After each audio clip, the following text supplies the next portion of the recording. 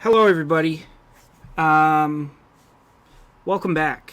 We are a day late yet again. I got off work last night. It was like almost 2 straight weeks of working every day, and I was just tired, and I didn't want to record last night. But we're here today. I'm off of work, which is exciting. We got our first Profitt episode today, where we are discussing the Profitt, Jeff Profitt.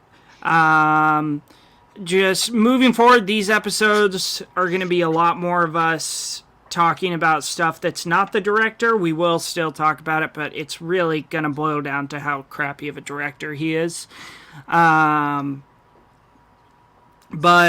yeah, we're going to talk about some movie news today. We're going to talk about some of the stuff we've been watching recently and talk about Jeff Profitt's first 3 films: Violent Justice, Factory of the Paranormal, and Something Crashed in the Woods. Yeah. But before we get into any of that, Evan, how are you? How's your week been? What have you been up to? It was a good week. I had a proper weekend. I had Thursday and Friday off. Hell yeah. And so I watched Peak all day, hours on end. My back hurt from sitting down for so long because I stand all day at work. That used to happen to me when we would do puzzles all day. Oh, yeah. And then I was supposed to work Monday, but one of my coworkers was like, "Do you want to work Saturday instead of Monday?" I'm off tomorrow, so I was like, another 2-day weekend? Fuck yeah. Sorry. Heck yeah. Yeah, give it to me. So I have Sunday and Monday off now, too, which is hype. Dude, that's insane. Heck yeah, so I'm good. I've been watching a lot of Peak. I binged Shogun in pretty much one sitting. I started and I just didn't stop. I'll talk about that later. It was fantastic. I'm going to make Trey watch it at some point. Yeah. You know me, I just don't watch TV shows. Dude, it's so good. I know you don't. Where are you at with The Leftovers? Did you stop? I haven't started season 3 yet. Ugh. Is season 3, is it good? Yeah, it's fantastic. Because you were hyping up season 2 like it's the greatest season of television ever. Is. And then I watched it and I was like, I like season 1 better. That's crazy shit. It's not that crazy. Season 1 is so damn good. Yeah, they're all good, but anyway, conversation for another time. Yeah, I might go see Challengers tomorrow. I have a bunch of theaters near me. I went to the mall yesterday. Mm-hmm. I scooped Amadeus, the director's cut on Blu-ray. Hell yeah, one of my favorite movies of all time. Incredible. And I found the director's cut, which is super hype. And I got The Good, Bad, and the Ugly, or the Dollars trilogy, the whole trilogy. Hell on yeah! Blu-ray I've never seen any of those. Me either. But they had the whole trilogy for $24, and I was like, that's a steal. They had the Seven Samurai Criterion, and it was $82, and I was like, nope. Yeah. Criterions are so expensive in Canada, it's disgusting. Dude, I told you, like, when we first started recording together, if you want a Criterion, I know. Let me know, and I'll go to, like, Powers or something. Barnes and Noble. No, you don't and have then it I'll there. mail it to you. Yeah. Yeah. But, yeah, I've just been chilling, you know. Evan, when's your birthday? November. Oh, shit, it's already passed. Wow, yeah. Maybe I'll get you something for your half birthday. How have you been doing? I'm chilling, man. I got my last pay yesterday. I got my last paycheck from Chipotle, and I got paid because I get paid weekly with this new job. I get paid weekly, and it's amazing. Yeah, dude. I have money all the time. It's awesome. Yeah. So I treated myself. I'm gonna redecorate, because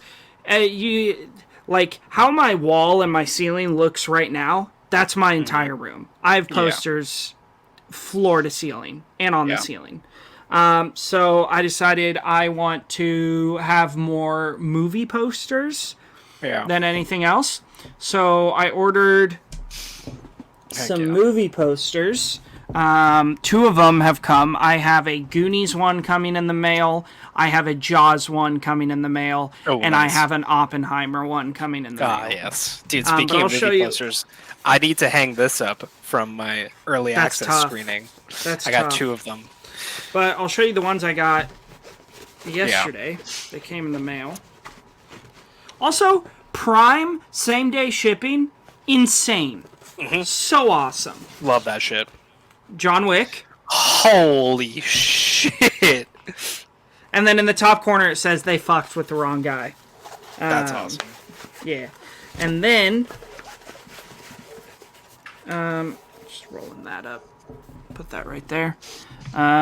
Sorry for, like, the facial shot. No. What?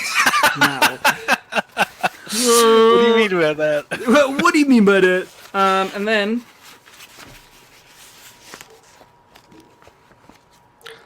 a Scream poster. How sick is that? Oh my god, that's crazy. How sick is that? Yeah. Wow. And they were all like $15. Hell yeah. On Amazon? Yeah, man. Amazon is the... Dude, it's the shit, man. I order stuff from them all the time. And then I bought brand new D&D dice, like my first set. Gotta show you this. So they can't come in this little leather bag. Yeah. Nice. Check that shit out. It's got like dragons and shit on it. Holy. How sick is that? That's sick. So, I have some D&D dice around here. I don't know where they are though. You play D&D too? No, I don't. I wish I did, but I have the collector's edition of God of War Ragnarok, and it came with like Nordic god-inspired wooden hand-carved D&D dice, like a full set. Oh my god, that's amazing. They're really cool. It also came with these like little statues too. That's sick as hell. And it came with Mjolnir, a replica of Mjolnir, which I don't actually know. I don't know where it is, but it's somewhere. You just go like this, and it comes to you. So true. Before we get into any movie stuff, we have to talk because I finished Project Hail Mary.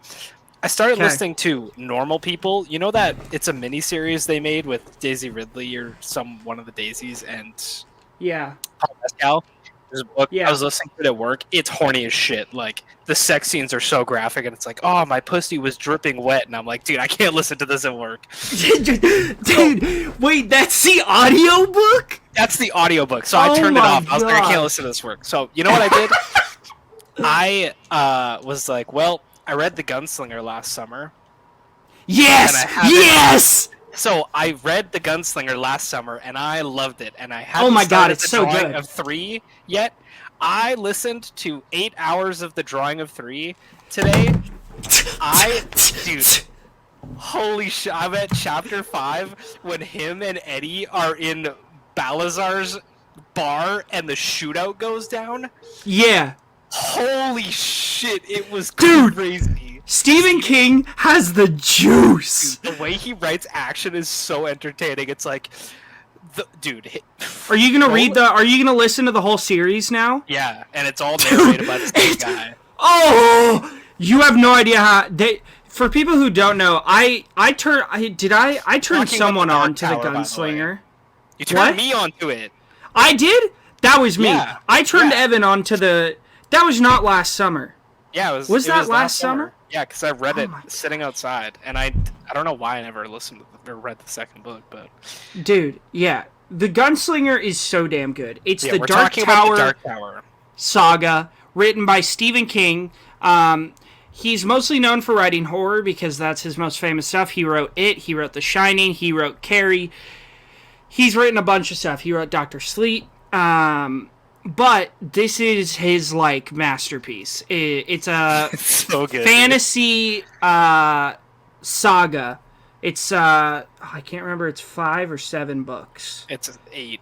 7 and then, like, a half book. Like the Wind Through the Keyhole. Yeah, that one. Yeah, I actually read that before I ever read any of the Dark Tower books.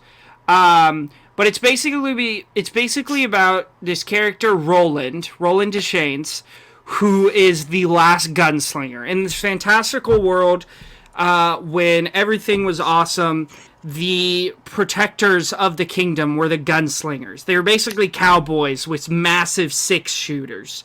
Yeah, the most powerful guns on the planet, because Roland shoots somebody in the last part I read, and the line literally says like something like this: "His guts hit the wall before his body did." Like, he's piecing people with these 6-shooters. Yeah.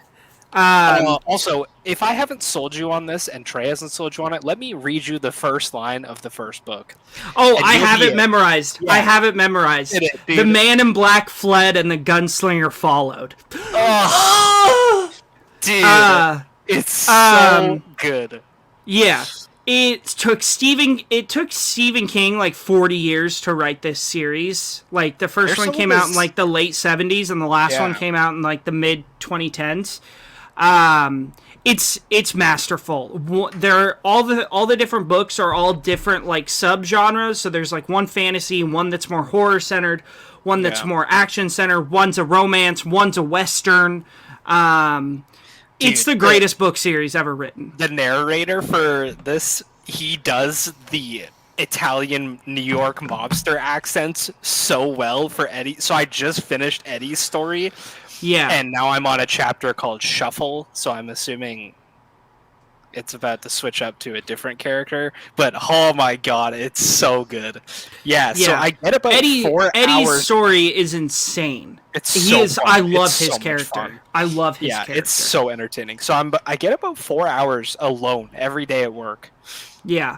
So I can just listen to audiobooks, and I lock in while I'm making bread, and it's awesome. So I have I think I have 8 hours left to draw into the 3. Yeah, and then that's my third favorite one in the series. Wow. Yeah. Dark Tower is number 1, the final book, and then number 2 is Wolves of the Kala, which I think is book 4 or 5. I have 7 hours and 51 minutes left. Yeah, these are on Spotify, free with premium, by the way. Yeah. So you can listen to them for free. Go listen. Basically, the whole series Roland is chasing down this guy, the villain. His name is Randolph, his name is the Man in Black. Yeah. He takes on many faces. Yes. And once you're done with this, you get to go into the whole Stephen King universe. There's so many books that are connected to the Dark Tower, and but basically what the Dark Tower is it's this tower at the center of everything, of time, of every universe. Everything connects at this tower, and it's Roland chasing the Man in Black to this tower to stop him from what he thinks he's gonna destroy. Yeah. And it's awesome. These books awesome. They go from short to insanely long really quick. Yeah. Like, the first book is super short. It's like 250 pages. Yeah. So the first book is 7 hours. The second book is 12 hours and 45 minutes, and then 18 hours. And then the fourth book is 27 and a half hours. I've heard I think The Wizard in Glass is the fourth book is pretty divisive. It is. That's my mom's favorite. It's more of a romance. It's kind of a slower burn. There are some exciting and action-packed parts. It took the longest for me to get through. I wasn't a huge fan, but I still really like it. Also, Roland is hysterical. Dude, Roland's a Chad, man. Roland is an absolute Chad. He's clapping cheeks, killing dudes. There's some shootouts in the first book that are nuts. Yeah. Something happens to his hand. Dude, the shootout where he just, in the first book... skip ahead a few minutes because we're going to talk spoilers for the first couple books. The shootout where he basically murders the entire town dude, is just insane. It's crazy. It's so funny because, like, I was listening to the shootout in Drawing of the 3 at work, and it was kind of close to the time when people were funneling into the store, and I'm like, holy shit, like, out loud during this, and I was like, okay, I need to pause this because people are coming in. I'm gonna get distracted. Like, I need to stop. Yeah, dude, it's so fun. Yeah. And dude, when Roland gets his hand bit off by the lobstrosities at the beginning, Dada Chuck, Dada Chum, Dada Chum. Oh my god! Oh, it's so funny. But he goes, "Well, at least I jerk off with my left hand." dude, he's so great. And I've done fan casts in my head of like who would be a great Roland. Hugh Jackman. Have you seen the movie? No, because it's like it's supposed to like take place like after the series. Oh, really? I'm never gonna watch it, and you should Yeah. never watch it because Yeah. it just craps on the entire series. Yeah, it's so crazy, like, because apparently it has like little bits from all of the books, Exactly. If which is insane. you were- It's like it's 90 minutes long. yeah, This series is long as shit. yeah. If you were to make a a visual medium of this, it would need to be like a multi-season TV show. Yeah, High production. you know that Mike Flanagan is making a TV show of it, and I The Dark know, Tower is his dude. favorite book like ever. I know because Mike Flanagan is the GOAT. Yeah, We need to He get ditched Netflix him on to the make pod, this, so, man. Yeah. All right, we should talk about movies. Yeah. I could talk about the Dark Tower for days. Dude. We're gonna talk about it more because Oh my gosh, we'll do Dark Tower we'll do episode. we'll do every episode. We'll have a little Dark Tower yap sesh. Dude, on like finish. what you've read. Yeah, when I finish the third book, or the drawing of, dude, it messes me up because it's the drawing of 3, but it's the second book. Yeah, We can do a little mini episode on it. Yeah. hell yeah. But yeah, movie news. All right, safe from spoilers. Okay, yeah, yes. Okay. Challengers has been doing very well at the box office. Getting great reviews. Neither of us have seen it, so we can't really comment on the movie itself. I'll probably see. Yeah, I'm either gonna go see Abigail or Challengers tomorrow. Oh yeah, that's like Sophie's choice, man. I've heard both are really Yeah, good. dude, I'm really excited because I love Ready or Not, and I've heard this is very similar to that. What, Abigail? Yeah, Okay. super gory, fun horror. Yeah, give me that shit. Yeah. So Challengers is doing really good. Aaron Sorkin, goat. writer of The Social Network, Trial of the Chicago 7, A Few Good Men, just West a Wing. god of screenwriting. God of is always. God of what? Always, because he always has people walking down hallways. Oh, that's true. Great director as well. Yeah. He is potentially creating a social network sequel about Facebook's involvement with the January 6th insurrection at the American Capitol. And how he blames Facebook for the insurrection. Yeah. I think this could be really interesting. Social Network is easily my favorite Fincher. It's so well written, and Dude, it's just I don't think David Fincher Yeah. would direct this movie. But you know who I want to direct this movie? And I saw Who? somebody saying this was their worst nightmare. Adam McKay. Sign him up. oh my gosh, 'Cause- yes, give it to me. Adam 'cause Vice- McKay. Adam Dude, McKay he- political and socioeconomical dramas are like great Amazing. track record. Yeah.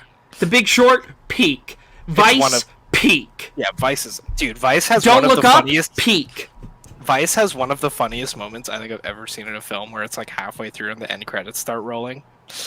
Yeah. God, it's So so good. funny. It's Oh, so I good. love Vice. And Yeah, Vice Christian is great. Bale in Vice and The Big Short. Unbelievable performances. Dude, there's the this- Gosling in The Big Short, where he's like, "This is my numbers guy. Do you see him? Do you see what he looks Look like? at his face! Look at his face. He is Chinese. Of course, His the name is numbers are Yang. right." His name name- is Yang. And then he looks at the camera. My real name is Ryan, but people like to say that... or Ryan likes to say that... my name is Yang because he thinks people will think I'm smarter, and I came 5th in that math competition. Dude, it's so funny. I love the fourth wall breaks he does. Do you see his face? There's this Dick Cheney bit in Family Guy that makes me laugh so hard. I think Trey's I know mom- what you're talking about. Cover your ears for a moment, but it's like, man, this is even... You're doing a worse job than Dick Cheney as a Walmart greeter, and it's just people coming in, he goes, go fuck yourself, go fuck yourself. Like, I love Family Guy, dude. Family Guy is great. Yeah. But yeah, I think the potential of that could be really awesome. And I mean, you saying Adam McKay, I don't know why that's a. Some people really don't like Adam McKay, Yeah, and I don't understand that, but I think that would be outstanding. that'd be a super fun movie. Yeah, Yeah, I'd love to see that. heck yeah. Let's see. Craven the Hunter delayed to December. Nobody cares. Oh no. Blah. Good. Shoot. Oh, Lord of the Rings trilogy is returning to theaters, remastered and extended. Yes, I will be there. Um, I mean, I don't know why anyone wouldn't be there. Um, I'll be there for the first and the third one, but you don't like Two Towers? oh, I like it. I just don't like it as much. I liked That's it more fair. on my second watch because I've only seen the trilogy twice, and I liked it more on my second watch. Yeah. Um, There's really not a lot of news. yeah. I mean, There's yeah. a Peaky Blinders movie is ready to start filming. Heck yeah. Give it to me. It's got a huge budget sick. apparently. Sick with Killian And Murphy in it. Yeah. Oh. Hell yeah. Anne Hathaway confirms The Princess Diaries 3 is happening. Give it to me. Yes. I have Hell no yeah, dude. shame. I love The Princess Same. Diaries. I just watched those. They're amazing. Yeah, they're so good. Yeah. That's awesome. Yeah, I mean that's all I had for movie news. Yeah. Should we go through our watch lists? Sir. Outside of the Jeff Profitt movies, how many do you have? 6, 7, 8, 9. 9. One of them Shogun though, so Okay, I have 6. So Okay. how about you do 2 and I'll do 1? yeah. I'll kick it off with Shogun quick. If you've seen Harakiri, this is similar to that, where this is not a war show. This is not a battle show. There's very few scenes of action. There's no big battles. There's literally no big battles. Maybe a couple showdowns with samurais. It's like Game of Thrones. Like it's a political drama set in feudal Japan, and it is insane. Hiroyuki Sanada giving a powerhouse performance as Toranaga. I can't remember his name that plays John Blackthorne. Cosmo something. He is outstanding. The entire cast is just on their A game. This is one of the most beautiful shows I've ever seen in my entire life. The score is fantastic. It is insanely gripping. I had seen the first 2 episodes, and then one day I sat down and I watched the rest of the show in one sitting with no breaks. I ordered pizza. I was like, I'm not cooking. I don't want to stop watching. It's spectacular. Every single episode ends with your jaw on the floor. Every single one. It's so good. I can't... like, it's better than most of Game of Thrones, if not all of it, in my opinion. I've never seen Game of Thrones, so yeah. Is it worth the watch or? I mean, the first 4 seasons are really good, but then it's a steady decline. Season 6 has some banger shit. Season 5 has some banger shit, but you need to know that the ending sucks ass. It's a terrible... The last season is shit. It has one really good episode involving Varys, the eunuch. There's that episode I really loved in the last season. This is this bald priest dude. I don't know his name, but if you saw a picture, you might know him. Love that episode in the final season, but it has a terrible ending. It's insanely rushed. It's not satisfying. So it's a great show up until the ending, and it has a steady decline after season 4, except for a few. Like the Battle of the Bastards is peak shit. Season 6 has one of the best finales. I think it's season 6 finale. I can't remember. I haven't seen it in a long time, but yeah, this is just a phenomenal movie. Or TV show. It's it's so good. I can't believe how good it is. I wish there was more, but I mean there was not more because it's based on a book and they told the entire book story. So they were open about saying like we don't have plans to do it. If something comes up, like but they're very faithful to how this book goes, and they're like this is the story. There you go. It's freaking amazing. And then after Shogun, I watched. Clearly, I couldn't get enough of foreign cinema, so I watched two Bergmans back to back. Um, yeah, I watched Shame, which was my 10th Bergman. This is a war film. If people think Bergman makes boring movies, watch this movie. It is Mm-hmm. so intense and riveting and heartbreaking. Shame is absolutely spectacular. Liv Ullmann, Max von Sydow, maybe the best duo in cinematic history. Putting on a powerhouse of a couple trying to survive a war, being teared apart. It's fantastic. Shame is so good. It's one of my I think it's my fifth favorite Bergman. Easy five Okay. stars. Fourth or fifth. And then I watched Fanny and Alexander finally, which people had told me was Bergman's magnum opus. It encapsulates all of the themes he works on. His it's just all his skills packed into one, and that is so true. It's not my favorite Bergman at all. I think it's my third or fourth, but it is a spectacular film. It really is all encompassing in everything that Bergman exceeds at with his themes, and it's you see him drawing on topics, grief and family matters and Mm-hmm. some more spooky shit. It's really all encompassing. It's a long ass movie, and there's a TV version of it that's even longer. I really want to check out. But yeah, Fanny and Alexander is absolutely spectacular. Yeah. I do want to, I want to get to the TV version at some point because Fair. this movie does kind of like separate itself into pieces, Mm-hmm. and it really wasn't what I expected at all. All I knew was that it was a Christmas movie, and it takes some crazy turns in the second half. But yeah, really loved it. 5 stars. Yeah, those are my first few. Um. Well, my first one. It was. I talked about it on our last episode. I was like, I'm watching this after we're done. I may watch it again today after we're done. Batman versus Superman. I don't know why. I've always had a huge, massive love for this movie, but I don't know why. In the last couple weeks, I've been like really into it. I don't. Maybe because it's just like casually, maybe one of the Because best it's Batman awesome. movies. Yeah, because it's cool. Makes me feel cool. It's cool shit.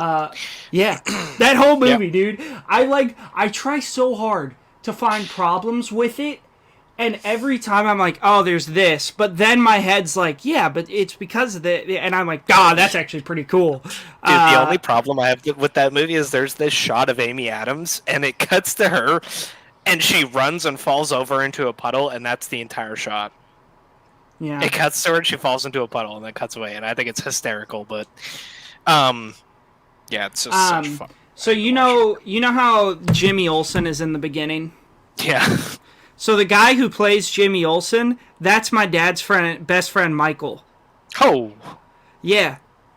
Oh, I need to we were talking about. I was talking with him about him coming on the pod. I need to text him.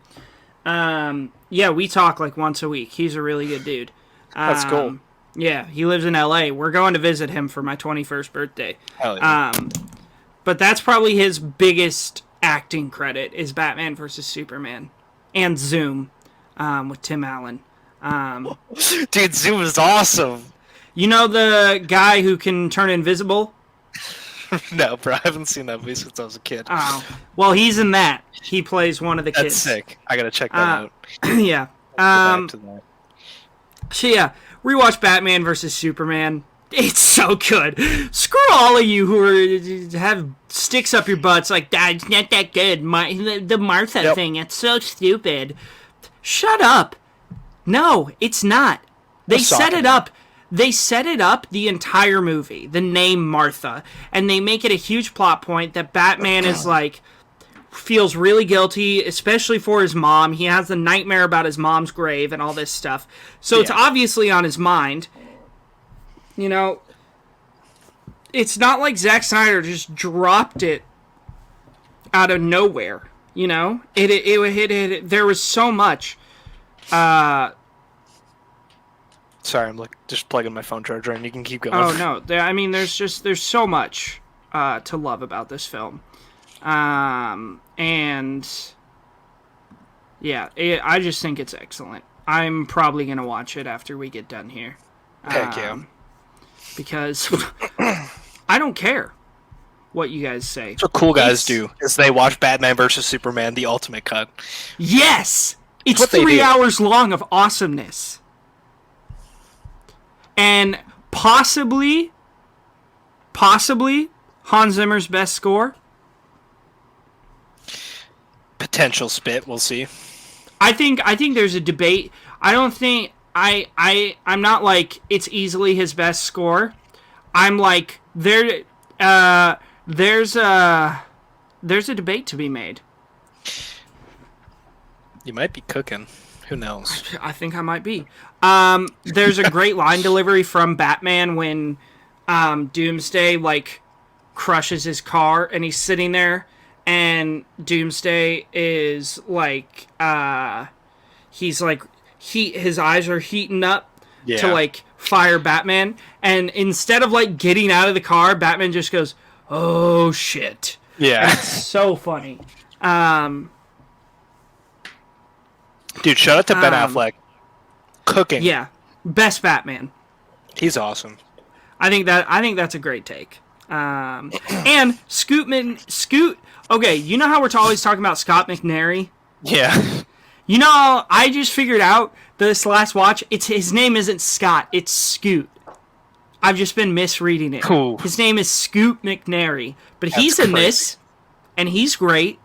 Yeah, I'm gonna stop talking about Batman versus Superman and let Evan talk about his next couple. Oh, dude, my next one was the heater. Shout out to Cash for recommending this to me.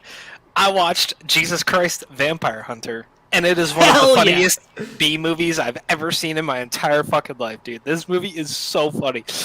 It opens with like a 10-minute. Oh shit. Sorry. I ordered, dude. Side note. DoorDash was having a sale where it was 40% off groceries for your first 3 orders over $50. So, I got a bunch of groceries. I'm making quesadillas for dinner. Cost me $37. Bro, you want to make me a quesadilla? Yeah. Mail it to me? Yeah. Dude, how awesome would it be if we lived together? Oh my god. Man. I would never watch a movie alone again. Oh, yeah. You'd have to put up with some Bergman, though. Yeah. Also, and Beth would really feel like a third wheel. Yeah, that's true. We ain't getting cuddled no more. Me and Trey are getting all cozy.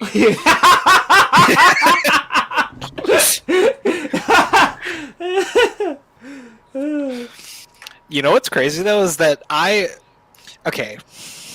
have a reputation in the Real Talk Discord for playing video games while I watch movies, for going on my phone while I watch movies. I do too. For doing shit. Well, they don't know that you do that. Yeah, I'm playing video games right now. Yeah.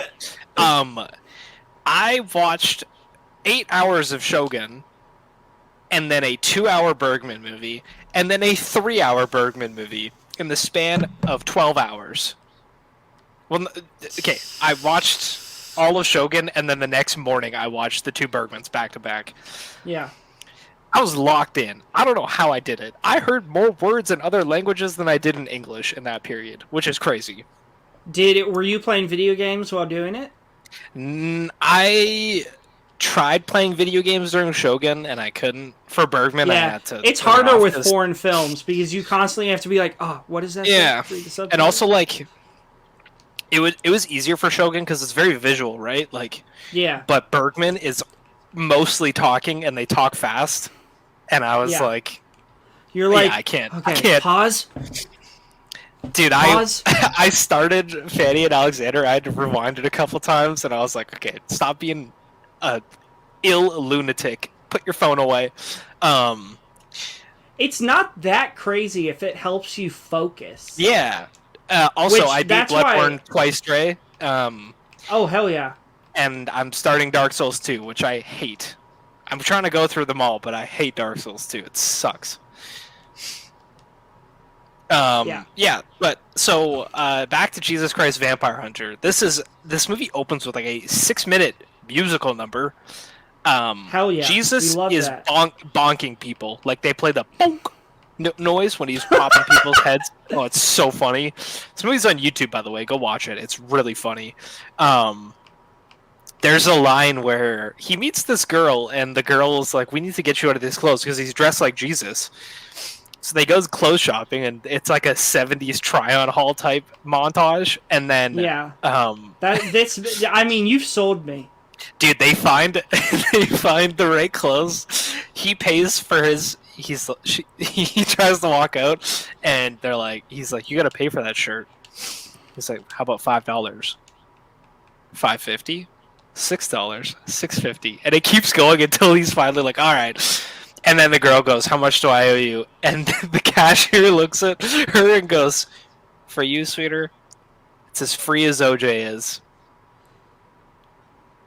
That's a real line in this movie. My jaw That's dropped. insane. I was laughing so hard. Yeah, go watch it. It's like Velocipaster level of fun. Yeah, peak 5 stars. And That's also, insane. unironically, the score was insane. The score was actually crazy. Yeah. I mean, that's something we'll talk about with Jeff Profitt movies. Yeah. Is unironically, these scores go hard. Yeah, except it's the same in every movie. That's true. And then after that, I watched The Wailing. What a double feature! I've heard good things. Yeah, I've been in the mood for horror and sci-fi lately. Ever since Dune, I've been in the mood for sci-fi and also trying to like deepen my horror. Yeah. I've seen all the good English horror movies, so it's time to watch foreign ones that I haven't seen. Yeah. And The Wailing's on Netflix. And again, this is 2.5 hours long, and it's in Japanese. Or no, Korean, sorry. And I don't know how I did it. That's racist. Come on, Evan. There is a Japanese man in the movie, but they all hate him. That's racist. That's got to be racist. Yeah. The Wailing is awesome. It's super creepy, really messed up. It wasn't what I expected at all. I was expecting... It almost has a Memories of Murder feel to it for the first bit, and then it dives into like some cult type stuff. It's really, really good, really tense. It didn't feel as long as it was. Felt like 2 hours long. Some great gore. How long is it? It's 2.5 hours. Holy crap. It's long. It's really long, yeah. And I love the ending. When you watch it, we'll talk some spoilers about the ending, because I love the ending. It's super good. I'd highly recommend The Wailing. It's on Netflix here. I'm sure you can find it somewhere. But yeah, it's great. And visually, it is insanity how good it looks. And the score is really great, too. Yeah, I love The Wailing. I gave it a 4.5. Not quite 5 territory for me. Every time I watch something that's like Korean and messed up, I think of I Saw the Devil, and I'm like, it's not as good as that. Yeah, fair. I hold all of my Korean horror films to that standard, because that's my favorite. Yeah. But yeah, I love The Wailing, and I'll probably watch it again at some point. Check it out. It's good stuff. See. What's your next What one? I got next? Batman versus Superman. No, I'm playing. I totally believed you too. I mean, I wouldn't hold it against you. Violent Justice, Fact of the Paranormal. We'll talk about those in a sec. Oh, here we go. So this was a rec from Max in the Real Talk Discord. Shout out, Max. I watched the full Monty for the first time. I am like 90% sure this won Best Picture, or at least was nominated for Best Picture. I need to watch it. He's recommended it to me so many times. Let me see here.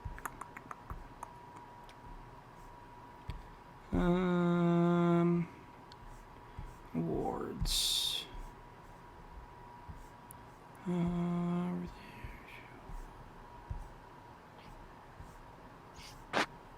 Won 1 Oscar. What did it win for? My laptop's slow as shit. 1 sec. Tom Wilkinson's in it. Best Picture nomination, Best Director nomination, Best Writing nomination. It won Best Score. Wait. Oh my god. They split score into music, into comedy and drama back then? That's crazy. Dude, I didn't know this was nominated for Best Picture and stuff. That's crazy. Yeah. That's So awesome. yeah, this one, it's basically about three guys or six guys during like a recession in the UK who can't find jobs, and so uh, uh, they create a one night only strip show. Uh, and it's really funny. It's super sweet, wholesome, funny. Um, really, really enjoyable. That's all I really have to say about it. Do you want to do Yeah, your you give it a do your four and a next half, one? right? Yeah, yeah, it's I need to check excellent. it out. It's on Disney Plus here. Violent Justice, my next one, and then I watched Possession, dude. Oh, Is that Argento? I can't remember. no, it is. It's a French horror movie, but it's in English. This has been on my watch list for ages, Yeah. and I really wanted to watch it because it was like the Catholic Church thought this movie was like summoning demons type stuff. Oh, cool. And Andrzej Zulawski. Sorry. Ukrainian director.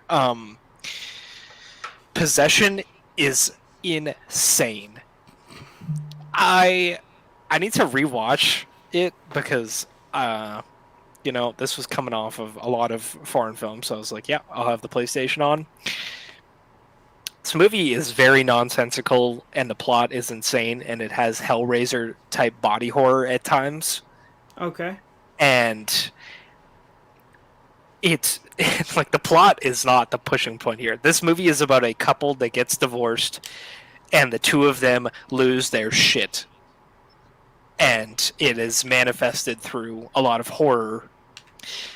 Visually, it's insane. The performances are out of this world. There's this one very, very famous tunnel scene where the main actress, who is insane, Isabelle Adjani, absolutely out of this world. Also, Sam Neill is in this movie. Shout out Sam Neill, Hell the yeah. goat. Love Sam Yeah. Neill.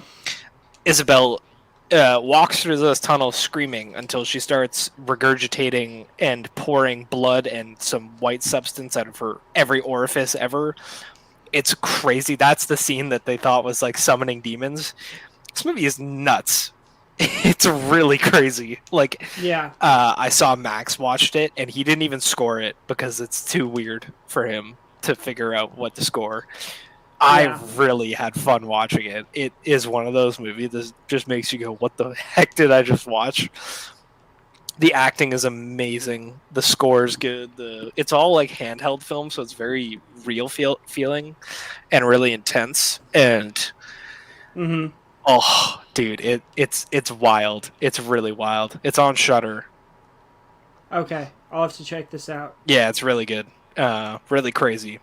Yeah. How many you got left, by the way? Let me see. One, two. I have 3 left, and then the Profitt. Okay, let me see how many I have left. 1, 2, 3, 4. All right, well, I'm gonna go, and then we'll just do one by one. Yeah. For the rest of it. I watched Henry, Portrait of a Serial Killer. Oh, you did? Yeah, with Michael Rooker. Dude, I want to see this. It was weird. I don't know if I liked it or not. I gave it 3 stars. Michael Rooker is real creepy. I can tell you that much. Yeah, I heard it's super fucked up. It is super fucked up. Felt really uncomfortable for certain parts. Yeah, it was just an interesting watch. So Is it worth watching? Like, should I watch it? Sure. I don't know.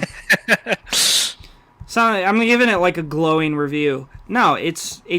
I think it's worth a watch. I don't know. I don't know how I It's feel about reminding it. me of Ichi the Killer, which is a The Japanese one. yeah, dude. Yeah. I almost didn't finish that movie. Yeah. I was not in the mood for how violent that movie is. All right. You want to give us your next one? Yeah, next, shout out to Jonathan, who in the Real Talk Discord, me and him have been doing a bunch of watch parties. We watched The Third Man together. We've been gazing. He lives in Edmonton, pretty close to me, a couple hours away. Yeah. I was like, man, I need to watch Akira, and he's like, dude, I've been wanting to watch Akira, and I was like, you want to watch it together? So we summoned a few boys to watch it. Akira is nuts. It's absolutely nuts. One of the best anime films I've ever seen. It's visually a spectacle how that movie existed back then. Yeah. I would pay so much money to watch that movie in theaters. Like, I legit was looking up how much it costs to rent out a theater for a private function so I could watch it, because the visuals are insane. The score is angelic, dude. The score is so good. Oh Yeah. my god, the score is so freaking good, and it's really entertaining. The pacing is insane. Like, there's no downtime in this movie. It just gets straight to it, and yeah, I loved it. The third act is quite confusing, so I didn't give it a 5 because I want to rewatch the last 30-40 minutes to figure out and kind of, take it all in. But Akira is fantastic. It lived up to the hype, and it's amazing. I tried to find it when I went to the mall yesterday or the other day, because I went right after I watched it, and I was like, I want to buy this on like 4K if they have it, because it looks so good. Yeah, I loved it. Okay, next one. Gave Kill Bill Volume 1 a rewatch. Heck yeah. This is the first time in a while I rewatched this because I need to watch Kill Bill 2. I've never seen it. So I watched this in preparation for that. This movie is so damn good. Quentin Tarantino. I haven't watched a Tarantino in a while. Yeah. I've regarded him for the longest time as my favorite director of all time. I don't know if that's still true. I'd have to look. I don't know. I think Nolan is close. I think Kubrick is close, but I don't know. Tarantino, I just eat his crap up. He is just so talented. Those movies are also really fun. God, dude. Every single Tarantino movie I watch, I have a blast. Yeah, like, you don't need to be in a mood. You can just put it on and have fun. And there's something for every vibe you're feeling. He's just so talented. Kill Bill, the style is amazing. The score goes hard.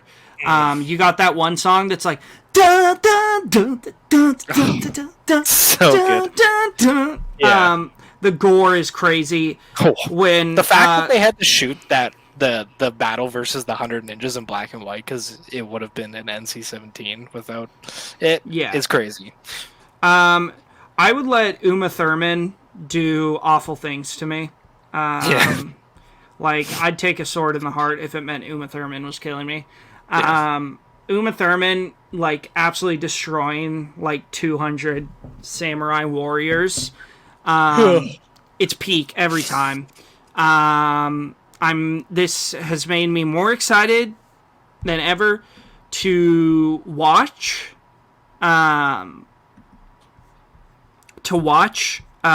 Kill Bill 2. Let me bring it down a little bit, because it's not as good. It's not as good. That's fine. It's still probably peak, because guess what? Good. Yeah. Guess who directed it? Yeah, you're right. Quentin Tarantino. And Samuel Jackson's in it. Oh my god. I like the ending. You can't get any more peak than that. Is Julia Dreyfus related to Julie Dreyfus? Is she related to Julie Louis-Dreyfus? That's a good question.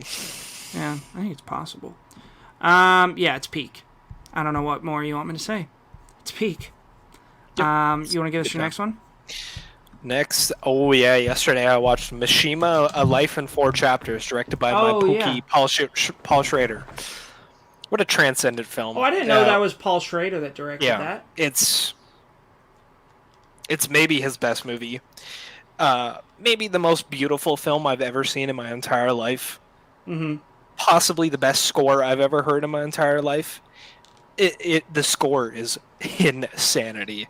The film looks incredible, and it's like, it's such a journey of a film. Like, it's telling the story of this real writer. I mean, his pen name was Yukio Mishima, and the way the movie is told is through him talking and a narrator, and then flashbacks to earlier in his life, and they tell the Yeah. story using books he's wrote and themes like the books are all like, the movie opens and it's like art, beauty, war, something, and each segment of the film follows a book that he's written, except for the last act. But these books demonstrate something he was struggling with or trying to figure out or trying to express, and it's such a unique movie. It's absolutely stunning to look at. The pacing's great. The screenplay is insane. Oh my god, the screenplay is so good. I loved it. I need to watch it again. It's a lot to take in. And I also didn't know... I love me some Paul Schrader. Yeah, I also did not know it was a biopic going into it, so took me back. Is it better than First Reformed? I don't know. Because they're very different. First Reformed is insane. Yeah, that movie is so good. I need to watch Mishima. Excuse me. I need to watch Mishima again, but yeah, I absolutely loved it. Hell yeah, it's phenomenal. So next, I watched a movie that Evan has been trying to get me to watch for a minute. I watched Oculus. I wonder how many projects I have left before I've watched all of Mike Flanagan's work. I really just have to watch The Fall of the House of Usher. And... what's this? Ugh.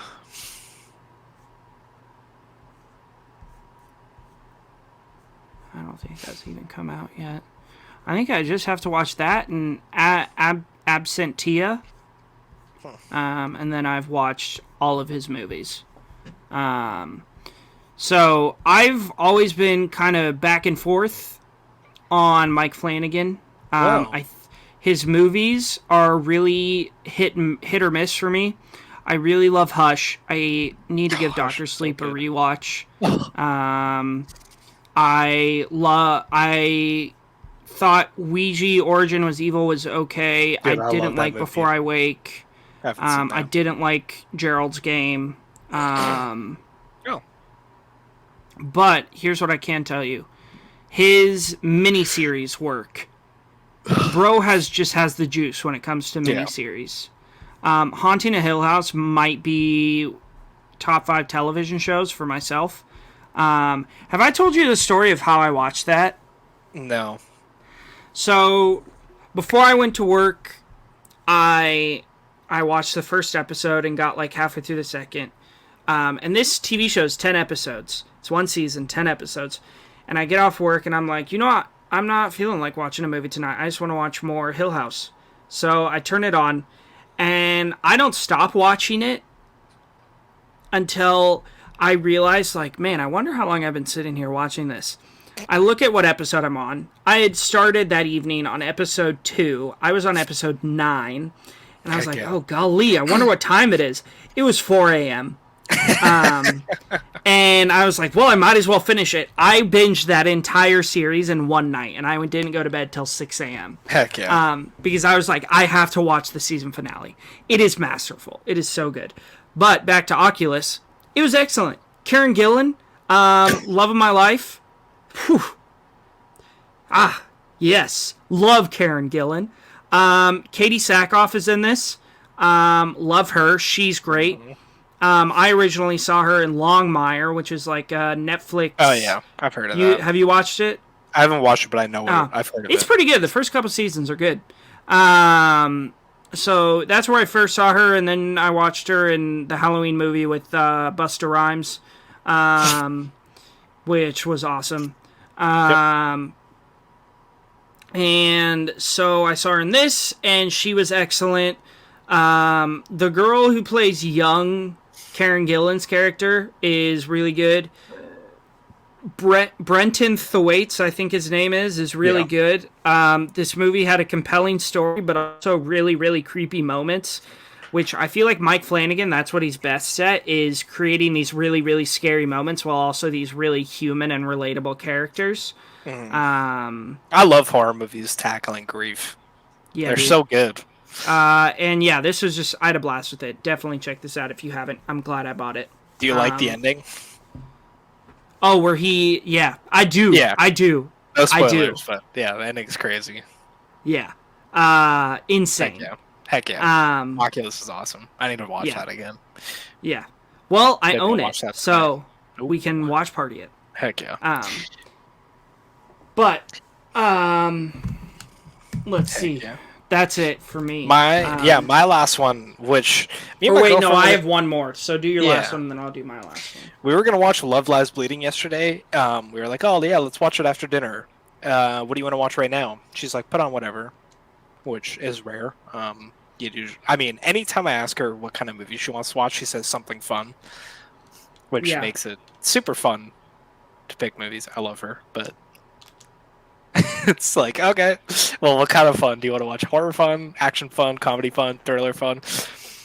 I picked The Outfit, which this was my fourth time seeing this movie. This stars the GOAT, Mark Rylance. Dude, talk about Dylan one of the most O'Brien. wholesome actors, Mark Rylance. Yeah. I don't know. I don't think you've seen this, eh? No, I don't. I haven't. I don't know why I said no, I I don't. love this movie so much. It is a single location thriller set in the 50s in New York. Italian mobsters use Mark Rylance as a cutter. He always goes, "I'm not a tailor, I'm a cutter." But he works in a suit shop. He makes clothes. Yeah. And they kind of use it as like a meeting point to like discuss mob business, and things go awry over the course of one night. This movie is so much fun. It could be a stage play. Like it's set in like one room. It is so entertaining. The screenplay is super fun. The pacing's great. Zoe Dutch is in it. Dylan O'Brien. Yeah, it is. It's just so fun. Yeah. I was talking to my girlfriend during the beginning, and she goes, "Oh, I'm not really paying attention to the movie." And we get to, I pause it about 45 minutes in to go put some sausages in the oven for dinner. She goes, "We're only 45 minutes in? I thought it was almost done." And I was like, "Is that a good thing?" She goes, "I love this." I was doing backflips on the inside. I was so hyped. She was loving it. Like, Yeah. it is. Yeah. It's such a fun movie. I really think you'll like it. The third act is bonkers. I think it's on my watch list.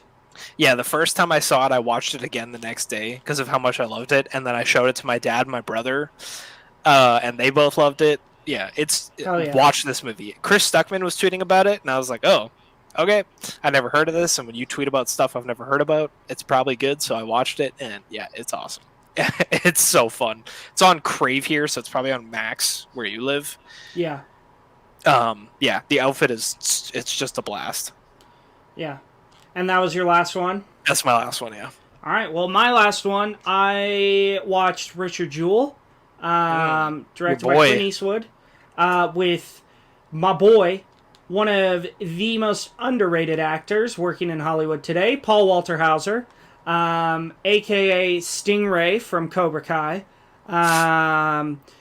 Man, what could have been with Quentin Tarantino. Ah, sad times. No, this is about Richard Jewell, who was the security guard who found the bomb at the 1996 Olympics, I believe it was. Yeah, he found the bomb and saved a bunch of people, but then was falsely accused of doing it by the FBI. The FBI launched an investigation into him, and it kind of ruined his life. Spoiler free, by the way, because I haven't seen it and I want to watch it. Well, it's a true story, so yeah, I know.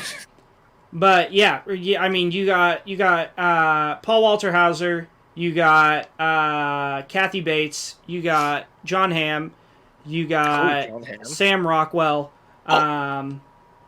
Yeah, Sam Rockwell, man, my homie. Love Sam Rockwell. Yeah, this was excellent. it's really carried by all the great performances that these people put on. I really enjoyed this. I found it to be very interesting. I found it to be very engaging. I'm not always the biggest fan of Clint Eastwood's directing style, but I was here. I did like the way he directed this film. Do you like American Sniper? No. Do you? I really liked it until I searched up the real story. Yeah, you like it until you figure out that That guy. Chris Kyle's a terrible human. Yeah. Also, spoilers for American Sniper really quick. I didn't know that he died at the end in real life. It's like the same shit as Ford versus Ferrari, and I was like, well, now I'm feeling Yeah, but then sad. you figure out like what he did and all this stuff he did, and you're like, oh, good. Okay. Yeah, you should be dead. For those that don't know, and if you're gonna get angry, because I know a lot of people have high praise for that movie. It's a good movie, but it's just like glorifies him. Yeah. So it's a fine movie, but it glorifies an awful human being and an awful war that we should have never been involved in as a country. Chris Kyle, what a terrible person. A source said that he went up on top of the Superdome during Hurricane Katrina and shot looters. And you want to know who the source was? Chris Kyle, in his own book. He took a sniper up there and shot people who were looting. Not a good person. So no, I don't like American Sniper, but I did like Richard Jewell. It was very good. Heck yeah. You should check it out. Yeah, I'm gonna watch it. That's about it for me. Yeah, let's get into it. Jeff Profitt. Jeff, what? Today is day one of going through his filmography. Yeah, like we said, this is not going to take long. We're going to yap about how these movies suck, but for the next few weeks, it's going to be me and Trey. It's a lot more than a few weeks, my friend. Yeah, you're right. You're right. But we're just going to yap about stuff, so I hope you enjoyed what you just listened to, because that's that's going to be the meat of our episode. And I'm kind of happy about it, because I like the yapping. Shall we start with Violent Justice? Yeah. So, Violent Justice, this is Profitt's first film that he stars in, about a cop who quits being a cop to kill guys who get away with bad shit. This is probably the most engaged I've been with a Profitt film so far. And awesome. Let me tell you, I was only like 25% engaged. Yeah. So that's saying something. For the intro clip, you have to put the shot of him smoking that guy in the park that they play over like 9 or 10 times. Oh yeah, I was laughing so hard. Oh my gosh. They like cut away from it like 12 times. Holy shit, it's maybe probably the funniest scene. So good. Oh my god, it's so funny. Yeah, this movie's real stinky. There's no blood in this, and it's supposed to be about how he's just out here brutally murdering people. Dude, they name drop Violent Justice like 80 times. It's like, yeah, he says the word scumbag about 20 different times, and that's not an exaggeration. This movie's really crappy. Let me say this though. The lady who plays Reyes, the other detective, I think she could be a good actress if she wasn't in a Jeff Profitt movie. Like, there was a few moments where I was like, oh, she could actually, if she like worked at it, she could be pretty good. Also, this movie has 2 logs on Letterboxd, and it's me and Trey gave it a 0.5, and I gave it a 5. Let me read my review. Let's see. Yeah, 2 logs. I'm the only review on it. Allow me to read it for you. You can't run from the truth. Quote from the movie.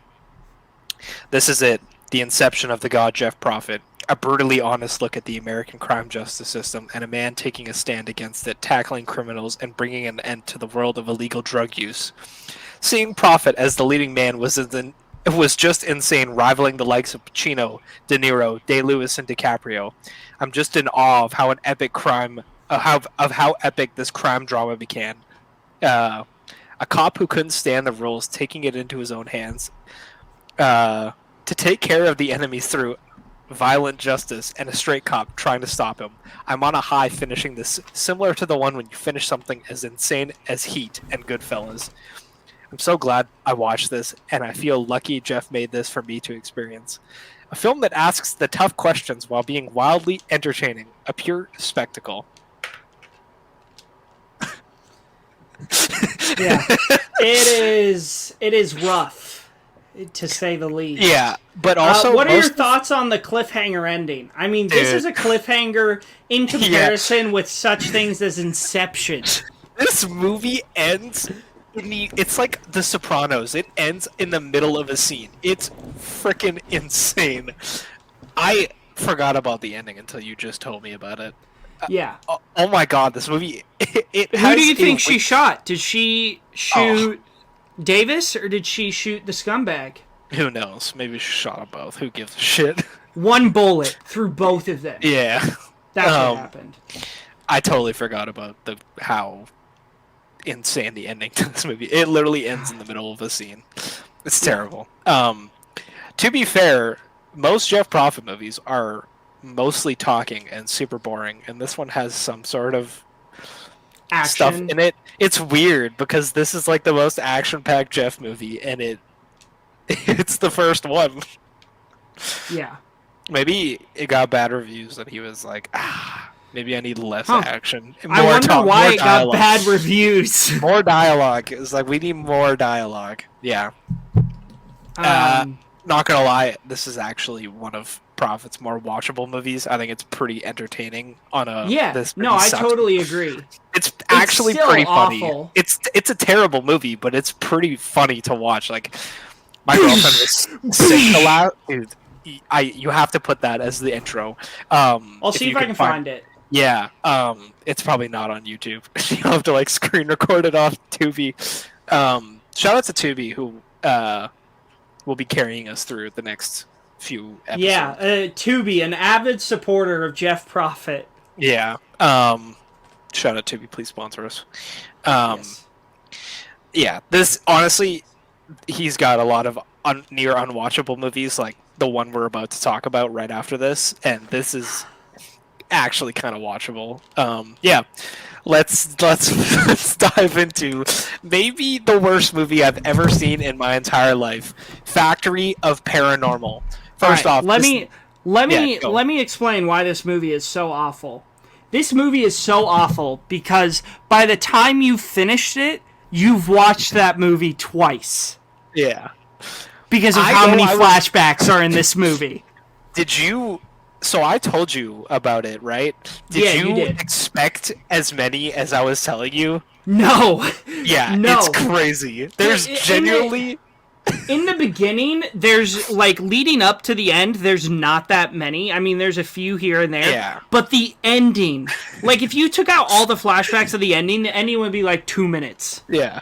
But it's, like, 30. Because also, they're just like, oh, like, yeah, remember that this happened? Too. It's just so... It's so Nothing awful. happens in this movie. Let me lay it out for you. Two girls. They're hanging out. Chilling. One wants to do some ghost hunting. The other one's like, all right, I'll indulge. They walk down some train tracks. They see a black sheet on the road, on the side of the train track. A doll is under it. Jeff Profitt shows up. And then a helicopter flies over. And then the movie ends. Okay, what are the chances that the helicopter just happened to fly over? Dude, and they're like, oh wait, we should use this. Yeah, dude, we were all saying the exact same thing. I watched this with a few people. I watched this with Alex. I gotta read a segment of his review. It's so funny.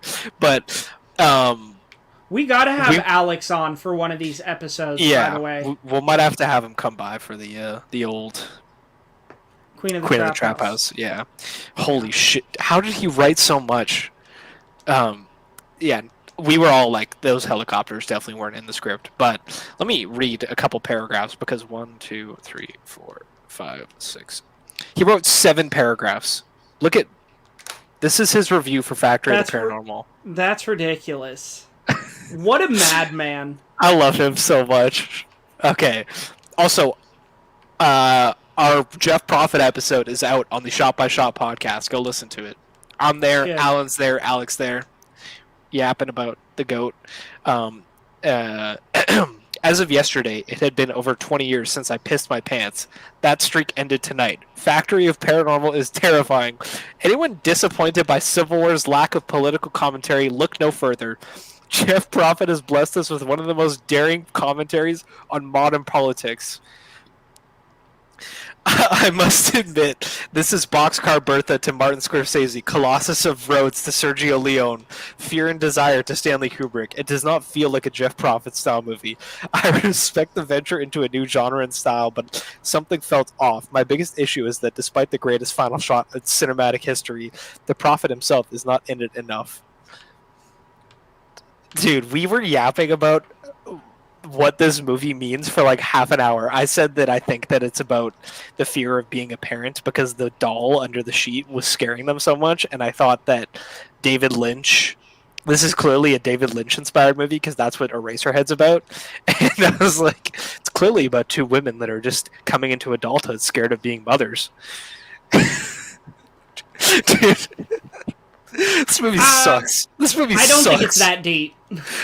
This movie is terrible. This is genuinely one of the worst movies I've ever seen in my life. There's nothing. Nothing happens. And even though nothing happens, there's still a half hour of flashbacks.